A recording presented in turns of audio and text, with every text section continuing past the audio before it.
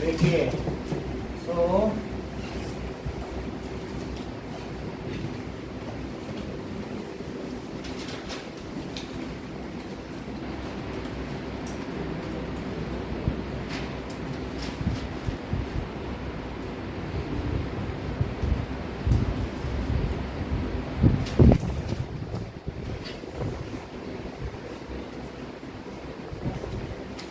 ये एपिग्लॉटिस है। तो एपिग्लॉटिस क्या करता है कि यहाँ से तो चला गया फूड पाइप, ईसोफेगस,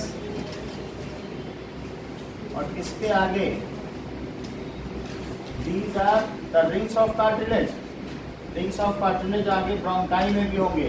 ब्रोंकाई भी किसमें खुलेगा? लंग्स में।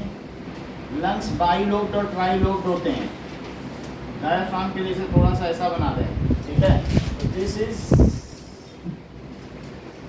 और यहाँ तो हाथ बना दें, इतना करना, तो ठीक है।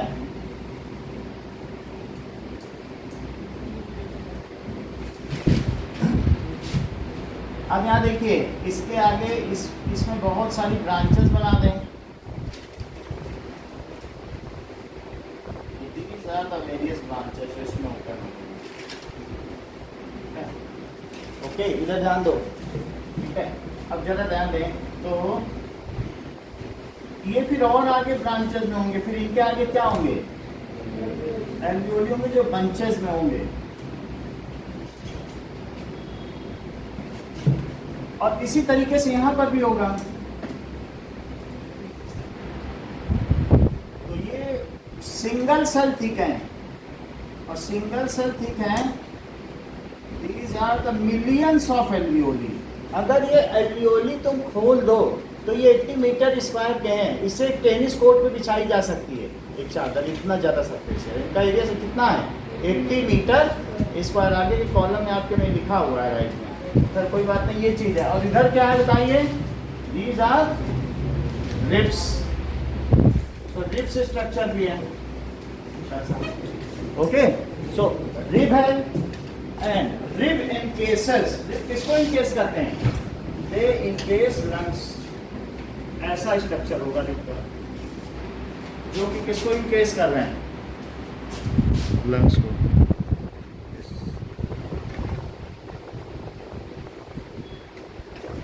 ऐसा स्ट्रक्चर है रिब का, देख रहे हैं आप? This is rib. ना रिब्स हो गया। इसके पास हमने बता दिए इवन जो ब्रोंकियोल, ये ब्रोंकाई है, उन पर भी रिंग्स ऑफ कार्टिलेज है, जो कार्टिलेज की बनी हुई है। So as oxygenated air enters into nasal cavity through nostrils,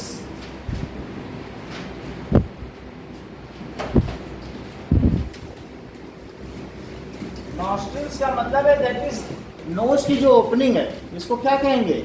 nostrils. तो नॉस्ट्रिल्स, जब भी किसी को गुस्सा आता है तो ये उसके जो नथुने होते हैं फूल जाते हैं, तो उनको देख लेंगे।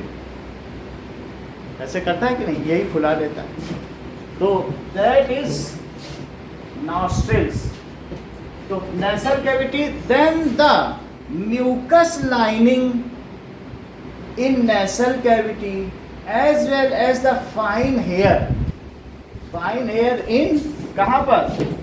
Then म्यूकस की जो लाइनिंग है, म्यूकस लाइनिंग क्यों कहा गया है? बोलो अभिषेक, तुम ही बता सकते हो, बोलो।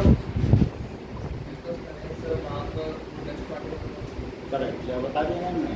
बोला म्यूकस अल्कलाइन है, और हवा में SO2, CO2, इसी तरीके से SO3 और N2O5 सब एसिडिक गैसेज हैं। क्या उनको वो न्यूट्रलाइज ना करे और लंग्स में एसिड को जाने दे? क्योंकि अंदर तो पानी पानी, तो इस तरह से तो वो एसिड बना देगा। तो म्यूकस कैसा है बताइए? क्या वो बेसिक भी है? तो वो दो काम करेगा। एक तो वो क्या करेगा? डस्ट पार्टिकल को ट्रैप कर लेगा।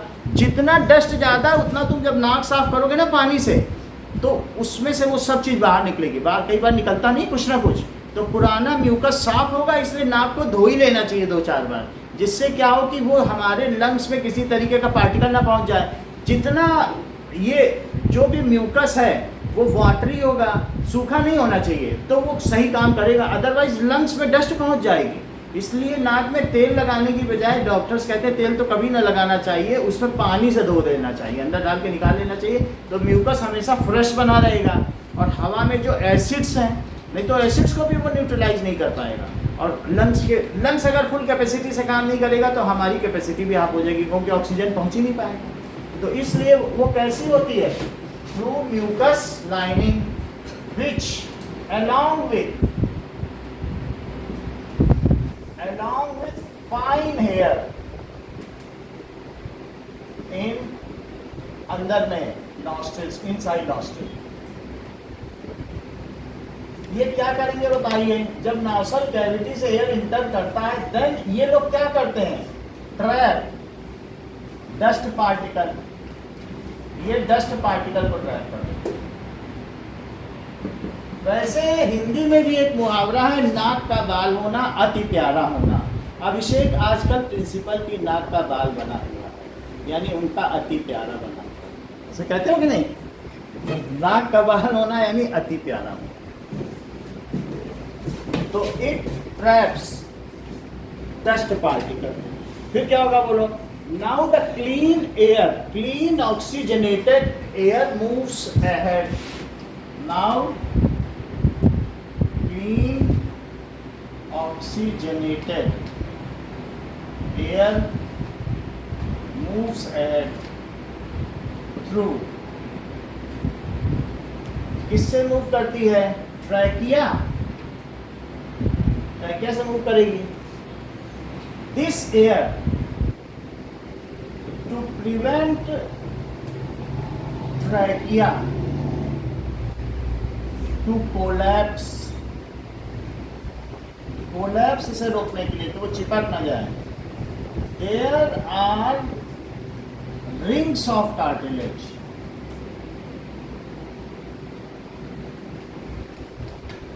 Surrounds it.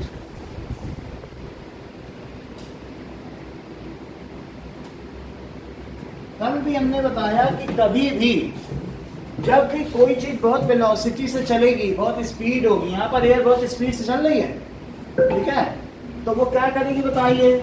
इवन मछली है, ये देखो, तो मछली पानी में क्यों तैरती रहती है बताइए, क्योंकि इसके ऊपर की एयर क्या बहुत स्पीड से, तो देखो ये पास आ गई तो इसकी स्पीड बढ़ जाती है कि नहीं पानी की, तो यहाँ से ऐसे जाती है, तो इसकी वजह से यहाँ पर लो प्रेशर है, और नीचे क्या है, नीचे तो कोई स्पीड नहीं, नीचे ऐसे वाटर जा रहा है, तो ये आगे बढ़ती है, तो ये इस तरीके से पानी कैसा हो जाता है, हाई स्पीड हो जाता है, और इस वजह से ये ग्रेविटी के अगेंस्ट मजे से घूमती रहती। मान लो हवाई जहाज हो, देखिए क्यों उसे चलना पड़ता है पानी में, ऐसे न चले तो सारी मछलियां नीचे ही पाई जाए पानी में। समझ में आ गई बात कि नहीं।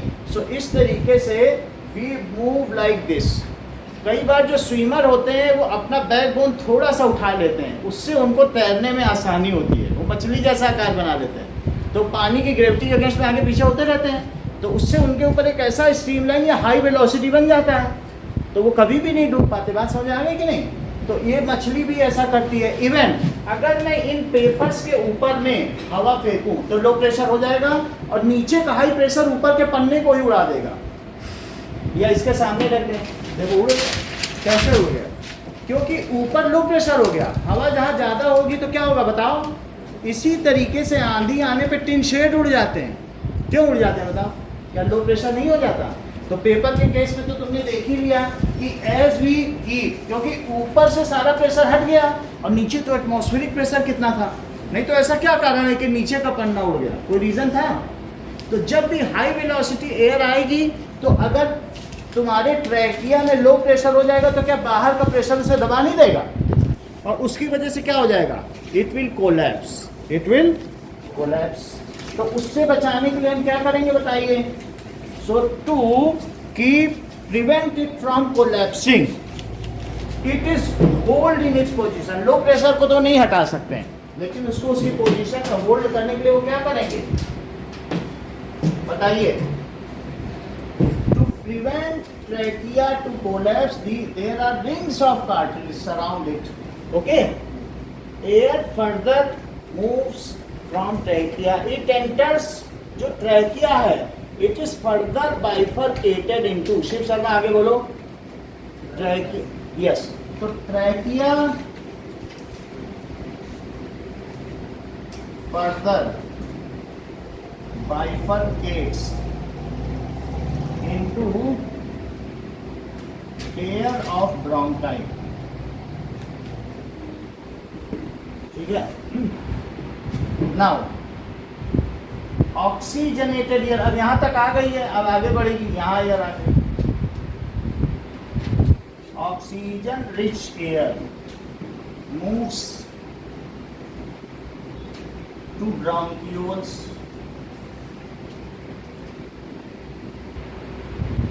तो ये ब्रोंकियोल से पहुंच गई and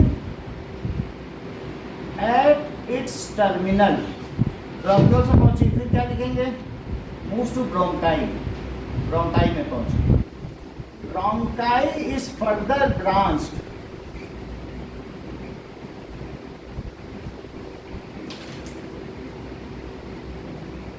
into bronchioles and at its terminal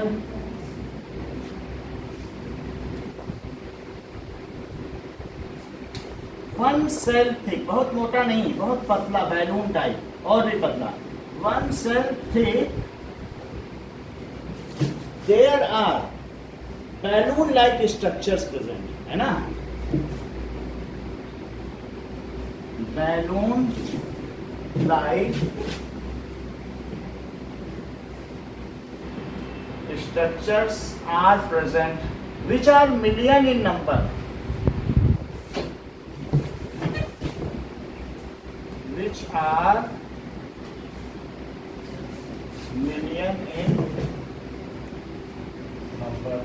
ठीक है. These are called alveoli.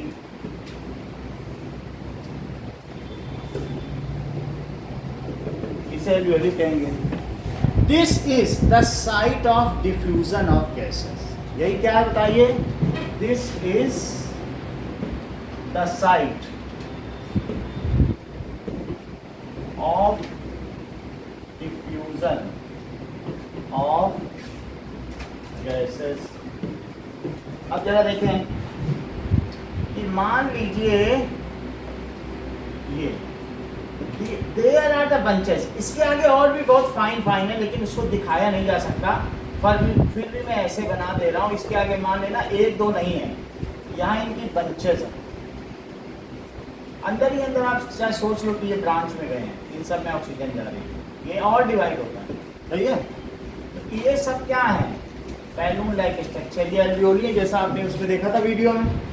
So this is alveoli.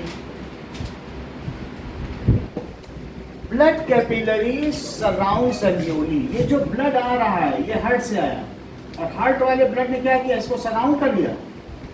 Surround करने के बाद ये देखिए ना, वो हर एक एल्वियोली को सराउंड कर लेगा. ये ऐसे, ये जो भी ब्लड कैपिलरीज आ रही हैं ये सब इसमें चली जाएंगे, ये सबको सराउंड कर लेंगे, और सराउंड करने के बाद फिर अलग अलग भी सराउंड कर लेंगे. After taking oxygen, this deoxygenated blood, फिर ये क्या है? इन्हीं सबसे ऑक्सीजन लेंगी और फिर ये क्या ऑक्सीजनेटेड हो जाएंगी, और ऑक्सीजनेटेड होकर ये क्या हो जाएंगी? यहाँ से निकल जाएंगी. तो ये ब्लड कैसा था? डीऑक्सीजनेटेड. और जब इसने इससे ऑक्सीजन ले ली तो डीऑक्सीजनेटेड ब्लड, ये है ऑक्सीजनेटेड ब्लड.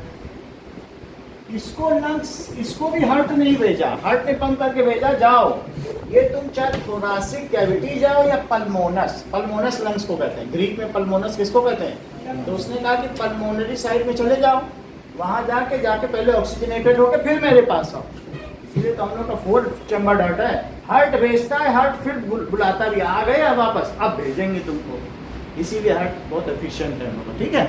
तो ये जो चीज है डीऑक्सीजनेटेड ब्लड कहाँ से आया बोलो, फ्रॉम हार्ट, और ये जाएगा भी कहाँ बोलो, टू हार्ट। वो क्या करेगा हार्ट, हम बाद में देखेंगे। अब आगे देखो एक एल्वियोली में क्या होता होगा। ये तो मैंने बहुत सारी बना दी, मान लो ये एक एल्वियोली है, तो एक एल्वियोली में जब पीछे से ये ब्लड आया तो इसमें से वो इसके चारों तरफ ऐसे घेर लेगा, और घेरने के बाद इनसे निकलेगा, तो इसके अंदर रेस्पिरेटरी पिगमेंट है, जिनमें बोलो क्या है, ये देखो जब एक Fe 60 कार्बन से घिरा हो तो उसे क्या कहते हैं बोलो,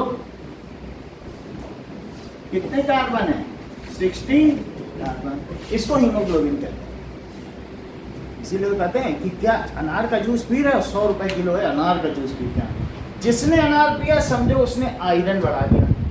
आयरन ही रेस्पिरेटरी पिगमेंट है, और इस Fe में ये पावर है ऑक्सीजन दिखाने की, कैच की, और कैच करके ब्लड के पास ले गया, लो ऑक्सीजन ले आया। तुमने पालक खा ली, इसका मतलब है लंग्स की कैपेसिटी बढ़ा दी। वो कहते हैं नहीं स्पिनच खाता है, कौन सा एनिमेशन में है, पॉपॉय, वो पालक खा के सबको मार देता है। या जिसने अनार का जूस पिया, विदेशों में तो अनार इतना नहीं है पोमग्रेनेट, लेकिन पालक तो सभी जगह है। तो इन दोनों चीज़ों में क्या होता है, आयरन की भरपूर मात्रा होती है। अगर कोई खाना खा रहा है उसको उल्टी उल्टी हो रही, समझो आयरन कम है, haemoglobin come. Haemoglobin is respiratory pigment, it has the affinity 300 times to catch the oxygen। Oxygen को मिलेगा तो जैसे वो नहीं होता दूध को पकड़ने वाला पकड़, उसी तरीके से पकड़ लेता है, चार तरफ से पकड़ लेगा, और वहां से पिकअप करेगा। कहां से पिकअप करेगा, यहाँ से। यहाँ सब ब्लू ब्लू है, लेकिन ऑक्सीजन मिलते ही हीमोग्लोबिन का कलर कैसा हो जाएगा, रेड हो जाएगा, और फिर इसके बाद क्या होगा, यहाँ से ले लेगा, और जब ये यहाँ से ले लेगा तो वहां पे कहाँ छोड़ेगा बोलो, हार्ट में ले जाएगा। हार्ट तो एक बीच का मीडियम है, हार्ट तो एक मोटर है जैसे पानी को चढ़ाने वाली, लेकिन ये अल्टीमेटली जाके छोड़ेगा कहाँ बताओ, सेल में, जहाँ माइटोकॉन्ड्रिया वहाँ दे देगा, सेल के बाहर दे देगा, फिर अंदर आके, सेल के अंदर तो इसका प्रवेश नहीं है, वर्जित है, तो सेल के अंदर फिर अपना काम होता रहेगा, सेल रिसीव कर लेगा। ऐसे सेल बाहर से किसी को आने नहीं देता अपने अंदर, समझ में आया, उसका अपना फंक्शन है। तो तुमने देखा, तो बताइए हीमोग्लोबिन राशि क्या है, पूरा बोलो बोलो, ये तो haemoglobin is respiratory pigment, it has affinity to catch oxygen. बात समझ आई, इसलिए ऑक्सीजन को कैच कर लेता है, and it drops at cellular side. कहाँ छोड़ देगा, सेल पे छोड़ देगा, यही तो इसका काम है। तो अब आगे की बात करें, दिस इज, तो तुमने ये देख लिया कि एल्वियोली कैसा है और एल्वियोली में हो क्या रहा है, ठीक है ना। अब देखिए ये डीऑक्सीजनेटेड ब्लड है और ये ऑक्सीजनेटेड ब्लड है। हाँ, so this is the site, alveoli is the site of diffusion of gas. These are millions in number. ये कितने हैं, their surface area is so large. Thin क्यों है, क्योंकि डिफ्यूजन ज्यादा तेजी से हो गया, तभी तो वन सेल ठीक है, बहुत पतले पतले। सो बताइए, there surface area is 80 metre square. 80 metre square ही बहुत बड़ा है, 20 बाई 20 समझ लो तब भी 40 हुआ, 26 बाई 26 समझो, इतना बड़ा प्लेटफॉर्म। अब ये 4 ही है, 26 कितना होगा, मतलब 5 मीटर ही है, तो 26 कितना बड़ा होगा, 20 उतने बड़े कोई फैला दो तो बहुत बड़ी चीज है कि नहीं। So it is, this surface area is 80 metre square. ठीक, तो ये कितना है, it can cover a tennis court. ये एमसीक्यू आता है तुम्हारी बुक में, अलग से मार्जिन में लिखा, येलो मार्जिन में इधर लिखा हुआ होगा ना, इधर देखो यही लिखा है, ये सब लिखा है नहीं? तो इट इज, एक पेज पर तो यहाँ पे यहाँ लिखा है कि नहीं, इट कैन कवर, ठीक है, बहुत लार्ज है। फॉर एफिशिएंट, ये किस लिए बताइए, for efficient diffusion, for higher rate of diffusion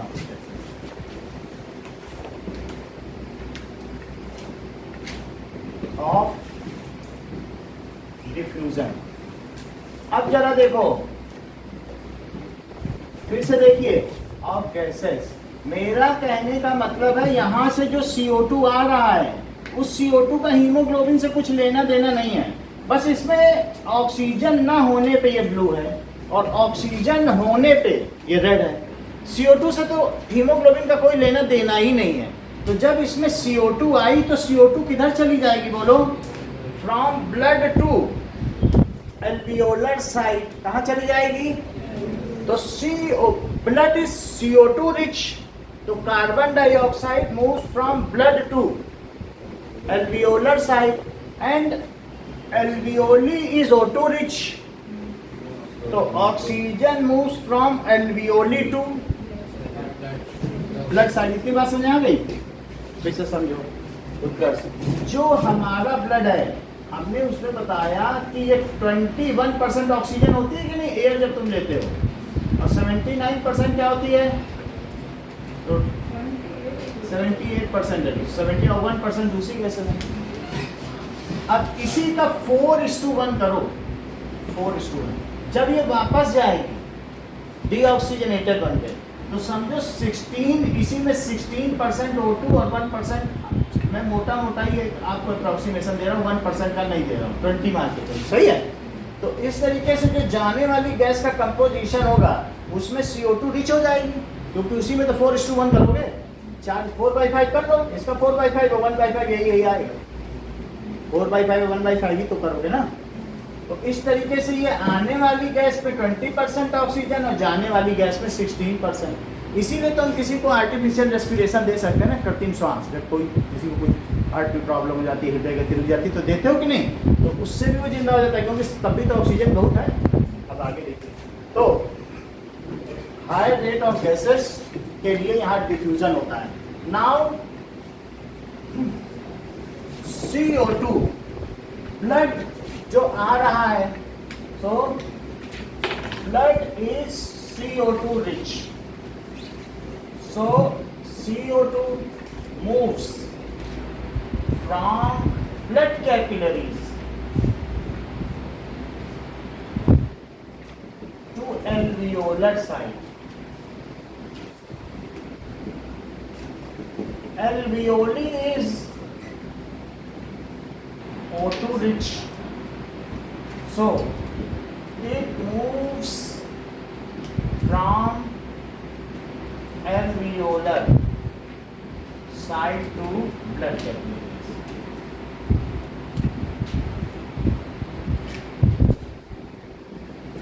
सही है।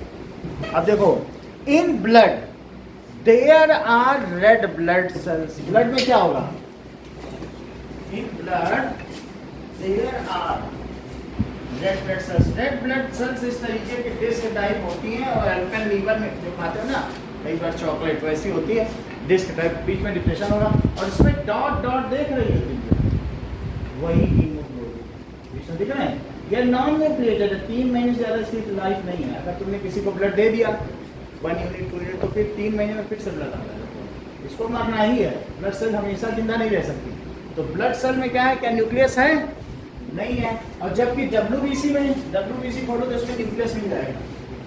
तो व्हाइट ब्लड सेल भी इसी ब्लड में ही है, लेकिन WBC ये थोड़ा पुराना हो गया, थोड़ी घटिया प्लास्टिक है, अदरवाइज जब खरीदा था तब व्हाइट ही था। अब देखो इसके अंदर न्यूक्लियस है, सेंटर में न्यूक्लियस दिख रहा है। तो WBC न्यूक्लिएटेड है, कैसा है बताओ? इसमें न्यूक्लियस है, लेकिन RBC में देखो इसके अंदर तुमको कहीं न्यूक्लियस दिख रहा है क्या? ठीक है, न्यूक्लियस नहीं है। इतनी बात है, ये हवा से हिलना, डरने की जरूरत नहीं। अब देखो, तो इट इज, इसके अंदर तुम्हें रेस्पिरेटरी पिगमेंट दिख रहे हैं, कौन वो क्या है बताइए?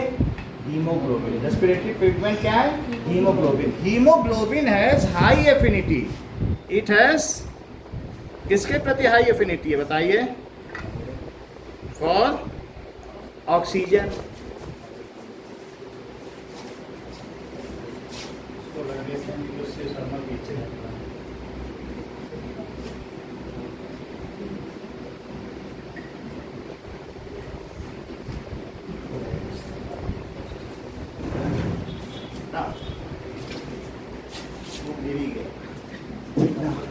फ्रॉम एल्वियोलर साइड टू कहाँ चला जाएगा? Blood capillaries. In blood capillaries there are red blood cells. Blood capillary में क्या है?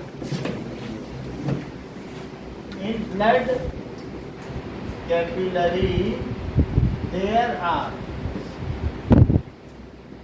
Red blood sales.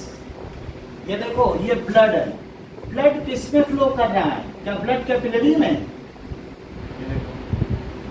जिसमें ब्लड फ्लो करे उसको कहते हैं ब्लड वेसल या ब्लड कैपिलरी। क्या कहेंगे? Blood capillary.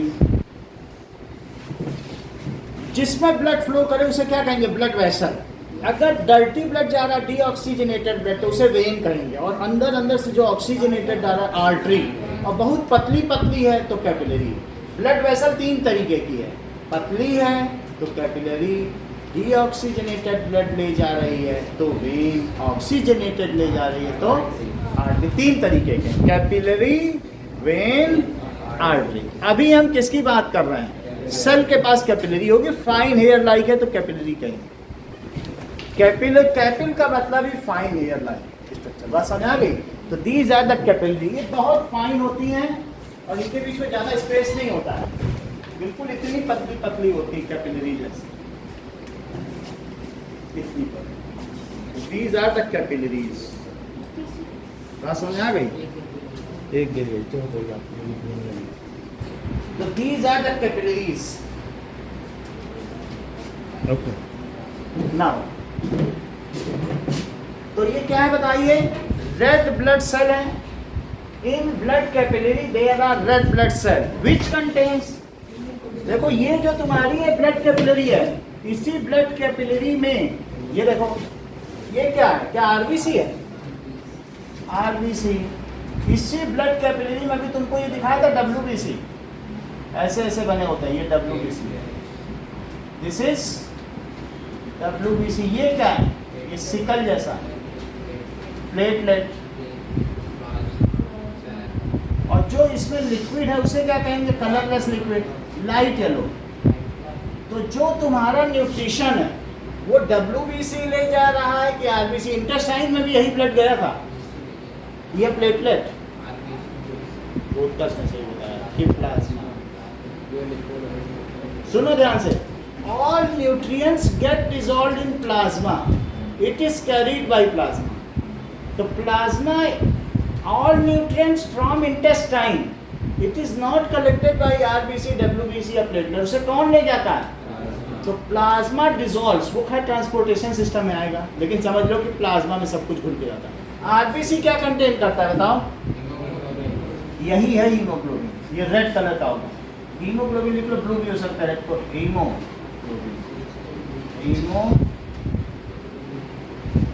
समझ में आया? अदर गर्ल्स में 13 ग्राम पर डेसीलीटर, यानी 100 ml में 13 मिलीग्राम है तो ठीक माना जाता है। 11 से 13 हीमोग्लोबिन का लेवल तो सही है। अब बॉयज में 12 से 14 होना चाहिए। समझ में आ गया? तो वो हेल्दी माने जाते हैं। गर्ल्स में मेंस्ट्रुअल साइकिल की वजह से उनको थोड़ा लेवल कम भी है तो चलेगा। और बॉयज को कितना होना चाहिए? 12 से 14। अब इतनी बात तुम्हें पता चल गई? क्या हीमोग्लोबिन जिसमें ज़्यादा है, क्या उसी को आयरन मैन कहेंगे? वैसे हमारे देश के आयरन मैन या लौह पुरुष सरदार वल्लभ भाई Patel.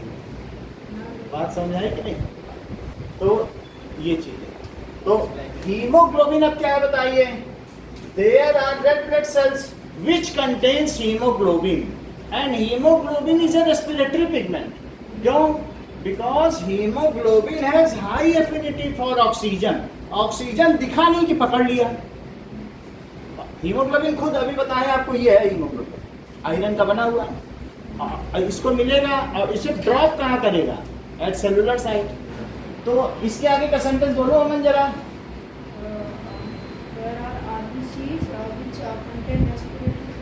which contains respiratory pigment। उसका क्या नाम है? बोलो। called hemoglobin। hemoglobin has high affinity has high affinity, किसकी हाई एफिनिटी है? To O2, it binds O2 from, वहीं पे आ गया एलिवेटर साइड से तो आ ही गया, and it transported up to cell, it binds O2 and transport it up to cell, ये सेल तक ले जाएगा, एंड लीव्स देयर, और वहां पे क्या कर देगा? लीव्स देयर, वहां पर छोड़ देगा। ठीक है, तो आरबीसी का काम क्या है बताओ? क्या ऑक्सीजन को बाइंड करके ले जाना। डब्ल्यूबीसी का काम क्या है? इम्यून सिस्टम को बढ़ाना। प्लेटलेट्स का काम क्या है? कहीं कट हो जाए तो वहां कोएगुलेशन या ब्लड की क्लॉटिंग कर देना। प्लाज्मा का क्या काम है? सारे सॉल्युबल न्यूट्रिएंट्स को ले जाना। प्लेटलेट्स का क्या काम है? ब्लड की क्लॉटिंग कर देना। ऑक्सीजन का संपर्क होते ही वो क्लॉट कर देगा। अब आगे देखो, तो वहां पर ये कर देता है। क्या रेस्पिरेशन पूरा हो गया कि नहीं? जी नहीं हुआ, अभी तो पहुंचाया है, अब रेस्पिरेशन शुरू होगा। अभी तो हुआ काम, अभी तो ऑक्सीजन पहुंची है, अब केमिकल रिएक्शन होगी। तो इनसाइड सेल क्या होगा बताइए? Now with help of O2, with O2 जब पहुंच जाएगा तो cell breaks glucose, breaks down कर देगा। तो क्या होगा? To release energy life process के लिए, और वो रिएक्शन क्या होगी? दैट इज C6H12O6, और क्या होगा? 6O2 + 6, और फिर क्या होगा? ये कहां पर होगा? In mitochondria. और उसके बाद क्या होगा? 6CO2 + 12 और प्लस 38 ATP एनर्जी, ऐसा होगा। Now to release energy, whatever are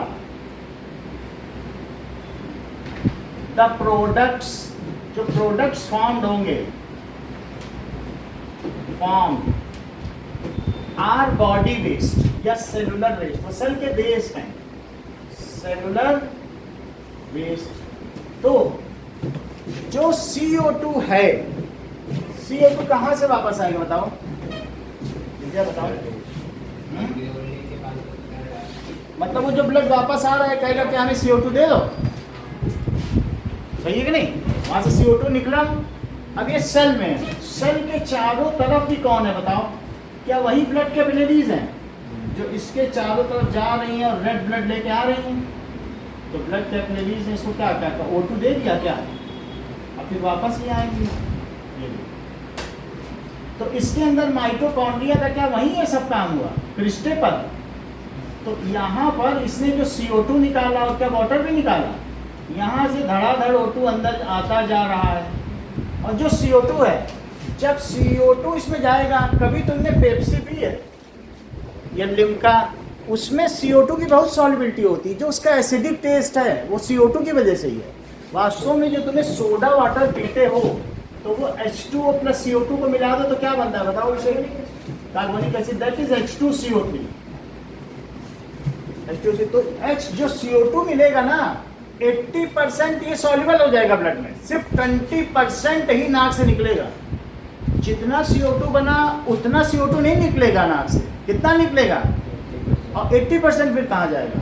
in dissolve form it is routed to liver, liver along with CO2 and nitrogenous waste.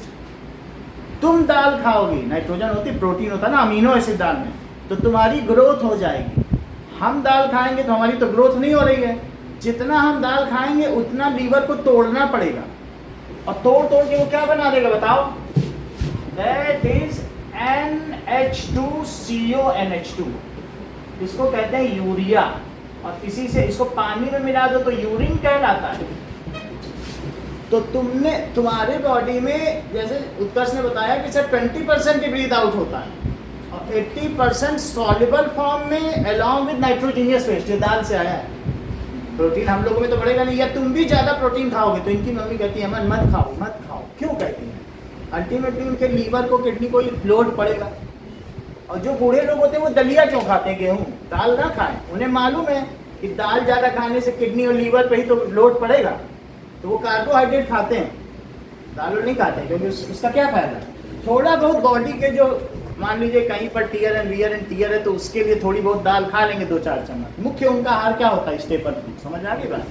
तो इसलिए most of the CO2 in dissolve form is expelled from body as nitrogenous waste, that is called urine. ठीक है? And some of the 20% of CO2 is breath out, वो alveoli में लौट आएगी और वहां से चली जाएगी। ठीक है? तो सेलुलर वेस्ट वॉट एवर, तो CO2 20% CO2, तो a larger part of CO2, आप परसेंटेज में ना लिखें क्योंकि बुक में नहीं लिखा है, 11th की बुक मिल जाएगा। A larger part of CO2 in dissolved form is thrown out from body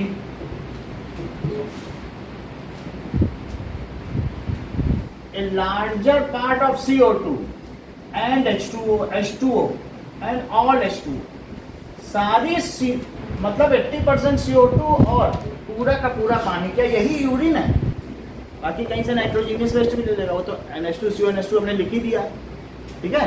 तो इस तरीके से लार्जर पार्ट ऑफ CO2 और ये कहाँ से निकल जाएगा? From our body, expelled out. Thrown out का क्या मतलब है? Expelled out, discharge. जो सेंटेंस तुम्हें ठीक लगे लिखो, डिस्चार्ज, एक्सपेल्ड आउट, तो ये बाहर निकाल दिया जाएगा फ्रॉम बॉडी एज यूरिन। ये बनाने का काम लीवर करेगा, इसी को कहते हैं डिटॉक्सिफिकेशन, और छानने का काम किडनी करेगी। किडनी एक छन्नी है, इट इज ए स्ट्रेनर। अच्छा, rest of CO2 in gaseous form कहां पर पहुंच जाएगी अरविंद? बोलो, बताओ। ये रीचेस टू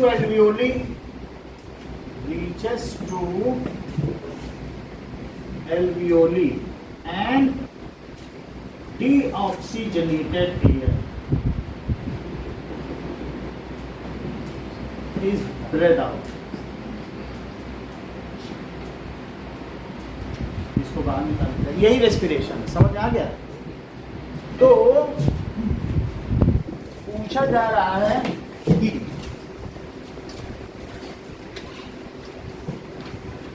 मान लीजिए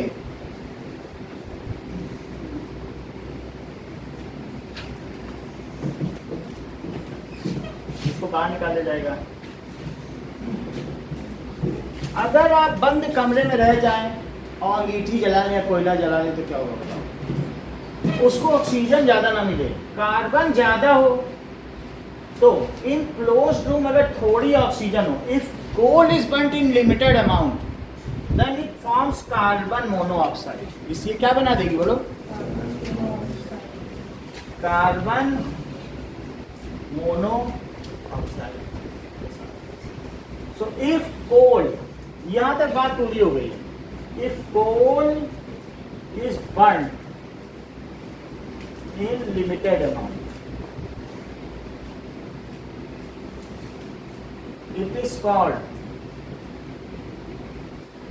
carbon monoxide। when vehicles are not working properly, जो उनका कंबशन है ना, जो इंजन है, अंदर उनके इंजन होता है कि नहीं, if it is not working properly then carbon पूरी तरह जल नहीं पाती है, और बड़े बड़े शहरों में कार्बन मोनोऑक्साइड की बहुत अधिक मात्रा है। तो अगर वो हमारे लंग्स से अंदर पहुंच जाए, या सिर्फ नमन तुमको इस कमरे में रख के हम सर्दियों में अंगीठी जला लें और कमरा बंद कर लें, तो समझो हमने तुमसे बदला ले लिया कोई पुराना। क्यों? क्योंकि जो हीमोग्लोबिन है उसकी 300 गुना ज़्यादा एबिलिटी है इसके साथ। अगर इसने हीमोग्लोबिन ने एक बार CO को पकड़ लिया तो छोड़ता ही नहीं, जब तक पूरा वो ब्लड मर ही ना जाए। जिंदगी भर नहीं छोड़ रहा है, मरने तक नहीं छोड़ रहा है, ऐसा साबित। समझ आई बात कि नहीं? इफ हीमोग्लोबिन बाई फॉल्ट या बाई मिस्टेक कैचेस CO, तुमने सांस ली, कार्बन मोनोऑक्साइड पहुंच गई और हीमोग्लोबिन ने पकड़ लिया, तो समझो उतना रेस्पिरेटरी पिगमेंट जिसने इसको पकड़ लिया वो बेकार है, वो तुम्हारे जीवन में कभी भी ऑक्सीजन पहुंचा नहीं पाएगा सेल तक। बात समझ आ गई? अगर तुम बहुत देर तक CO के पास रह गए तो क्या सारा हीमोग्लोबिन इसको पकड़ लेगा? तो तुम्हारे सारे सेल पे ऑक्सीजन कैसे पहुंचेगी? क्या पहुंच पाएगी? तो ये भी चीज कही गई है, carbon monoxide is a poisonous gas and haemoglobin has 300 times more affinity with CO than oxygen. Oxygen से 300 गुना ज्यादा इसकी लिए एफिनिटी है, ठीक है? If we are burning wood या burning coal in close room, तो कहा नहीं जाता कि लोग मर गए, अब ईटी जला के सो गए, कमरा बंद करके मरी गए, मरे मिले, क्यों मिल जाते हैं मरे? Then carbon monoxide is formed and it is ligated, जुड़ जाती है, it is bind to haemoglobin, haemoglobin से जुड़ जाएगी,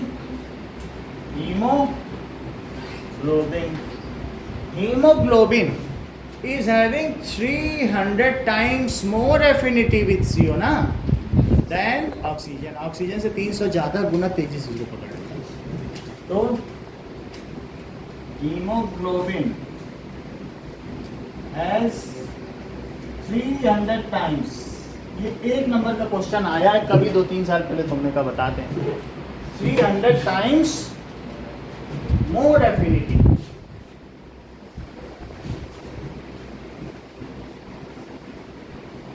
एफिनिटी का मतलब है उससे जुड़ा हूं, with CO then O2। Once CO is ligated to respiratory pigment, it is of no use for us। ऐसे कोई जहर नहीं है, लेकिन जब वो काम ही नहीं करेगा तो हमारी बायोलॉजिकल एक्टिविटी सब खत्म हो जाएंगी ना। और जहर करके कुछ ना होता है, जो तुम्हारी बॉडी को पैरालाइज कर दे, तुम्हारे काम को रोक दे, वही तो जहर है। अदरवाइज जहर करके क्या है? कुछ थोड़ी है। लोग कांच खा जाते हैं, वो ओपन करके सब निकल जाता है, वो सब जहर नहीं है। लेकिन कुछ ऐसी चीज़ें जो तुम्हारी बायोलॉजिकल एक्टिविटी को हार्म कर दे, वही तो जहर है, और जहर कुछ नहीं होता, ठीक है कि नहीं? तो क्या करेगा बताइए? वंस ये respiratory pigment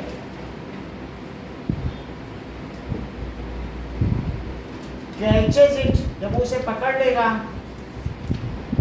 then it never leaves it।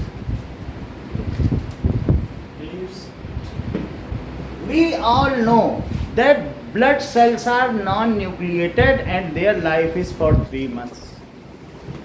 So, तो इस वजह से क्या होगा? We all know that जो लाल रक्त कणिकाएं हैं या रेड ब्लड सेल्स हैं, red blood cells are non nucleated, ये नाभिक रहित है, एंड देयर लाइफ इज, इनकी लाइफ क्या है? 3 months। So once new cells are form, so इसलिए the person is suffering from oxygen deficiency till the new blood cells are form. या 1 महीने बाद, थोड़े रोज नई बनती जाएंगे, ये थोड़ी कि 3 महीने बाद ही एक साथ बनेंगे। थोड़ा वो निकले ऑक्सीजन में 2-4 से ले सांस बैठा रहे, फिर कल नहीं बनेंगे तो थोड़ी सी सांस और आएगी, नहीं बनेंगे तब तक आ ही जाएगी।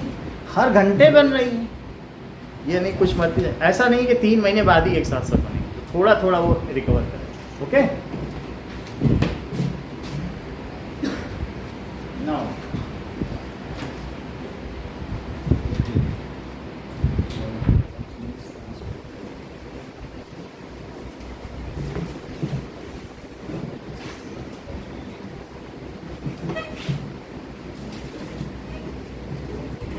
अब देखिए,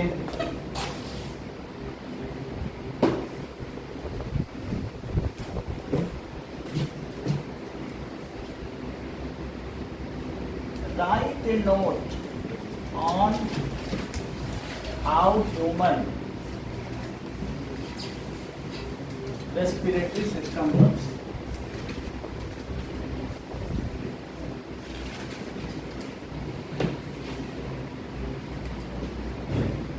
ज्यादा नहीं, इसी में आगे पीछे आ जाए, पेज में उतरा ही लिखना है। जितना आप लिख सकते हैं, मेरे ख्याल से उतना इसमें आ जाए। हीमोग्लोबिन के बारे में नहीं लिखना है, बाकी यहाँ तक लिखना है। ये हाँ, ये सब नहीं लिखना है।